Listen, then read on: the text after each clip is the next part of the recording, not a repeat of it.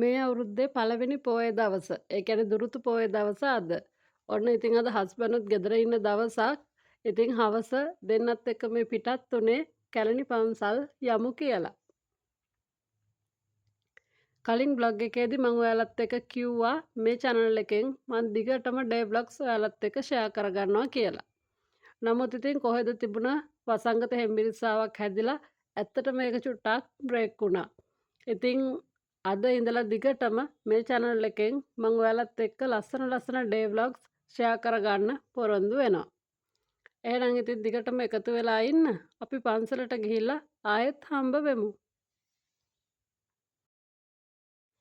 ඉතින් මගේ වොයිස් ගණනක් වැඩිය හිතන්න එපා. තාම කටහඬ හරි ගිහින් නැහැ. හෙම්බිරිස්සාව හැදිලානේ හිටියේ. මොකද තියෙන්නේ?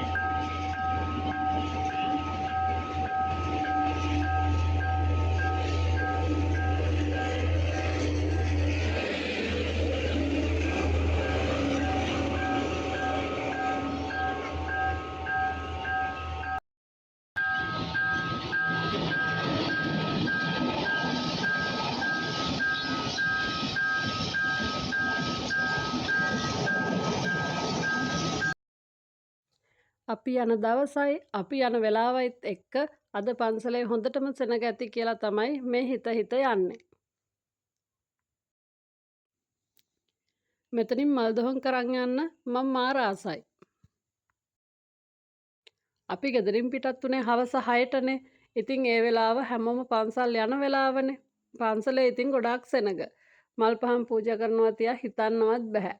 ඒ හින්දා ඉතින් අපි උඩමළුවට වෙලා චෛත්‍ය පේනමානෙන් වාඩි වෙලා ඒ වෙලාවේ ධර්මදේශනාවක් පටන් ගත්තා. ඉතින් පැයක් හෝ පැයකට ආසන්නව ධර්මදේශනාව තිබ්බා.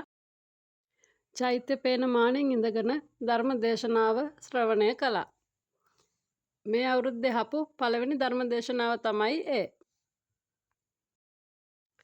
කොච්චර සෙනග හිටියත් කිසිම කලබලයක් නැහැ. තම තමන්ගේ පාඩුවේ ආගමික වතාවත්වල යෙදෙනවා. මල් පහන් පූජා කරනවා. ඉතින් හරිම නිස්කලංකයි.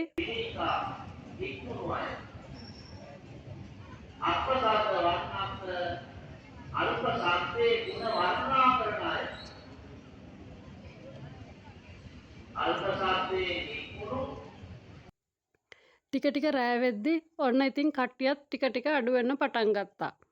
ඊට පස්සේ ඉතින් අපිත් ගිහිලා නිවිල් සනසිල්ලේ මල් පහන් පූජා කරලා බුදුන් වැන්දා. ආයෙත් ඉතින් චුට්ටක් වෙලා උඩමළුවට වෙලා වාඩි වෙලා ඉඳලා එහෙම තමයි අපි එන්න ලෑස්ති වුනේ. ඇත්තටම ඉතින් එන්න දුකයි. රැට මාර ලස්සනයි කැලණි පන්සල. හරිම නිස්කලංකයි.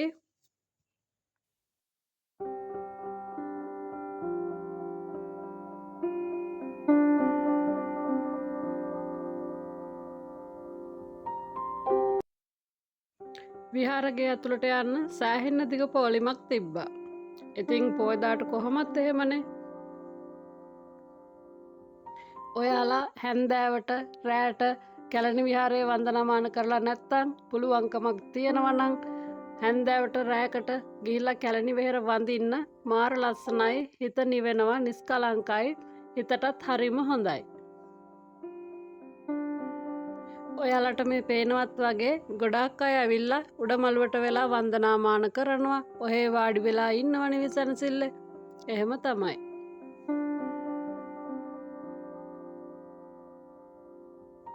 මං කලින් කිව්වත් වගේ රෑවෙද්දි කට්ටිය චුට්ටක් විතර අඩු වුණා. ජනවාරි මාස කියන්නේ කැලණියට ඉතින් විශේෂ මාසයක්. කැලණි පෙරහැර පවත්වනවානේ. එතකොට මං ගොඩක් කල් ඉඳලා ආසාවෙන් බලන් හිටියා කැලණියේ මහ පෙරහැරක් බලන්න. පොඩි පෙරහැරවල් බලලා තිබුණට මං කැලණියේ මහ පෙරහැර බලලා තිබුණේ නැහැ. ඉතින් ගොඩක් ආසාවෙන් හිටියේ බලන්න යන්න. මේ පාර ඉතින් බලන්න එන්න තමයි හිතාගෙන ඉන්නේ. එහෙම වුණොත් මං ආවොත් ඊගා vlog එකෙන් මං ඔයාලට ඒ සම්බන්ධයෙන් වීඩියෝ එකක් අරගෙන එන්නම්. වන්දනාමාන කරලා උඩමළුවට වෙලා වාඩි වෙලා සෑහෙන වෙලාවක් ඉඳලා ඔන්න ඉතින් අපි එන්න පිටත් වුණා.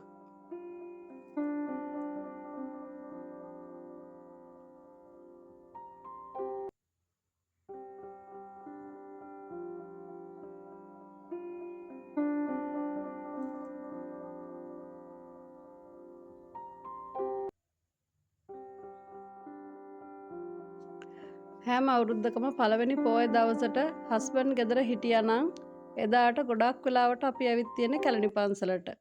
ඉතින් මේ පාරත් මට ඒ chance එක හම්බුණා. හස්බන්ඩ් පෝය දවසේ ගෙදර හිටපු හින්දා අපි කැලණි පන්සලට ආවා.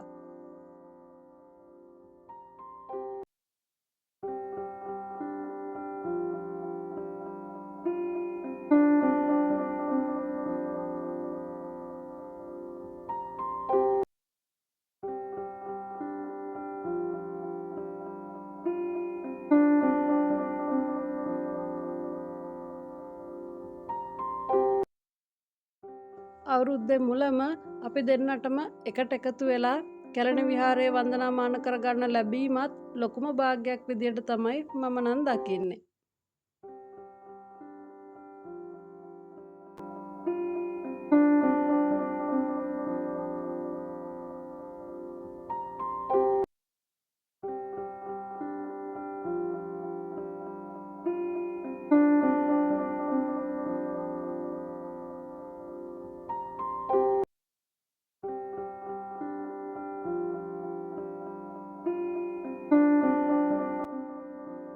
එහෙනම් ඉතින් අදත් vlog එක මෙතනින් අවසන් කරන්න තමයි හදන්නේ.